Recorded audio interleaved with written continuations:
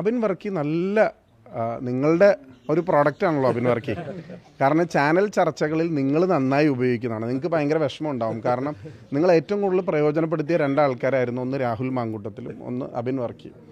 അപ്പോൾ അബിൻ വർക്കിയും ഞാൻ ഇരിക്കുന്ന സമയത്ത് KSUവിൻ്റെ ബ്ലോക്ക് പ്രസിഡൻ്റായിരുന്നു. അബിൻ വർക്കി തീർച്ചയായിട്ടും അർഹതയുള്ള ഒരു നേതാവാണ്. യൂത്ത് കോൺഗ്രസ് സംസ്ഥാന അധ്യക്ഷനാകാൻ യാതൊരു ക്രൈറ്റീരിയ കുറവുള്ള ആളല്ല. അതുകൊണ്ട് തന്നെയാണ് അദ്ദേഹത്തിൻ്റെ സർവീസസ് പ്രയോജനപ്പെടുത്താൻ all India youth Congress committee അദ്ദേഹത്തെ ഓൾ ഇന്ത്യ യൂത്ത് കോൺഗ്രസ് കമ്മിറ്റിയുടെ സെക്രട്ടറി ആക്കിയിട്ടുള്ളത്. അബിൻ സംസ്ഥാന പ്രസിഡൻ്റ് ആകാൻ യോഗ്യത കുറവ് 1% പോലും ഇല്ലാത്ത ആളാണ്.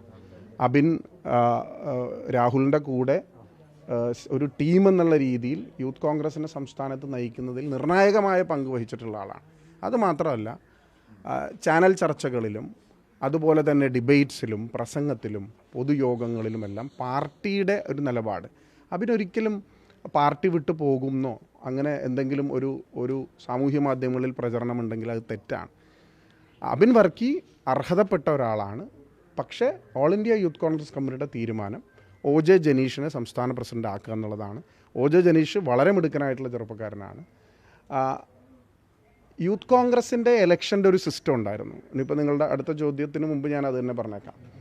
യൂത്ത് കോൺഗ്രസിൻ്റെ ഓൾ ഇന്ത്യ കമ്മിറ്റി, ഞാൻ NSUയുടെ ഓൾ ഇന്ത്യ പ്രസിഡന്റ് ആയിരിക്കുമ്പോഴാണ് ഞങ്ങളൊരു ഇലക്ഷൻ പ്രോസസ്സ് തുടങ്ങിയത്. ഇലക്ഷൻ്റെ സിസ്റ്റം എന്ന് പറഞ്ഞാൽ ഏറ്റവും കൂടുതൽ വോട്ട് കിട്ടുന്ന ആൾ പ്രസിഡൻറ്റും രണ്ടാമത് വോട്ട് കിട്ടുന്ന ആൾ വൈസ് പ്രസിഡൻറ്റും ആവുക എന്നുള്ളതാണ്. അങ്ങനെ വൈസ് പ്രസിഡൻ്റ് ആയ ആളാണ് അബിൻ വർക്കി കൊടിയാത്ത്. അപ്പോൾ സംസ്ഥാന പ്രസിഡന്റ് നീക്കം ചെയ്തപ്പോൾ സ്വാഭാവികമായിട്ടും സംസ്ഥാന വൈസ് പ്രസിഡൻ്റാണ് പ്രസിഡൻ്റ് ആവേണ്ടത്. അതാണ് എലക്ഷൻ പ്രോസസ്സ് അനുസരിച്ച്. എലക്ഷൻ പ്രോസസ്സ് ഇപ്പോൾ കഴിഞ്ഞിട്ട് 2-2.5 വർഷമായി. എലക്ഷൻ പ്രോസസ്സ് അനുസരിച്ചിട്ടുള്ള സിസ്റ്റം അങ്ങനെയാണ്. അപ്പോൾ എന്തുകൊണ്ട് all India youth Congress committee അങ്ങനെ ഒരു തീരുമാനം എടുത്തു? എന്തുകൊണ്ട് ഒരു വർക്കിംഗ് പ്രസിഡൻറ്റിനെ വെച്ചു? എന്തുകൊണ്ട് ഒരു ജനറൽ സെക്രട്ടറി എന്ന ആളെ പ്രസിഡൻ്റാക്കി? അങ്ങനെയുള്ള കാര്യങ്ങൾ, ടെക്നിക്കലായിട്ടുള്ള കാര്യങ്ങൾ പറയുന്നത് ഓൾ ഇന്ത്യ യൂത്ത് കോൺഗ്രസ് കമ്മിറ്റിയാണ്.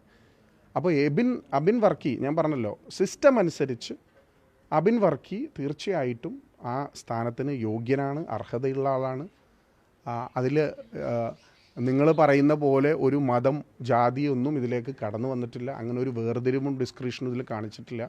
അങ്ങനെ യൂത്ത് കോൺഗ്രസിൻ്റെ പൊസിഷൻ നിർണ്ണയിക്കുന്നതിൽ ഒരിക്കലും ജാതിയോ മതമോ ഒരു ഘടകമായിട്ടില്ല. കാരണം it was an election, democratical elected process.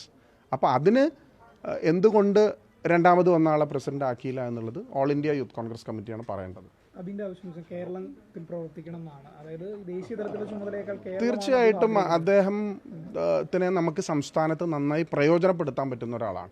ദേശീയ സെക്രട്ടറി ആയതുകൊണ്ട് സംസ്ഥാനത്ത് പ്രവർത്തിക്കാൻ പറ്റില്ല എന്നൊന്നുമില്ല. പക്ഷേ അദ്ദേഹത്തിൻ്റെ ആവശ്യം all India youth Congress committee പരിഗണിച്ച് അദ്ദേഹത്തിന് ഇപ്പോൾ സംസ്ഥാനത്ത് എന്തെങ്കിലും പ്രത്യേക ചുമതല കൊടുക്കുമോ, അല്ലെങ്കിൽ അദ്ദേഹത്തിൻ്റെ സർവീസസ് കൂടുതൽ പഞ്ചായത്ത് അസംബ്ലി തെരഞ്ഞെടുപ്പിൻ്റെ ഭാഗമായിട്ട് അദ്ദേഹത്തിന് ഇവിടെ നിൽക്കണമാണ്, അദ്ദേഹത്തിൻ്റെ സർവീസ് ഇവിടെ യൂട്ടിലൈസ് ചെയ്യണം എന്നാണ് ആഗ്രഹമെങ്കിൽ തീർച്ചയായിട്ടും അതവർ പരിഗണിക്കും എന്ന് ഞാൻ പ്രതീക്ഷിക്കുകയാണ്.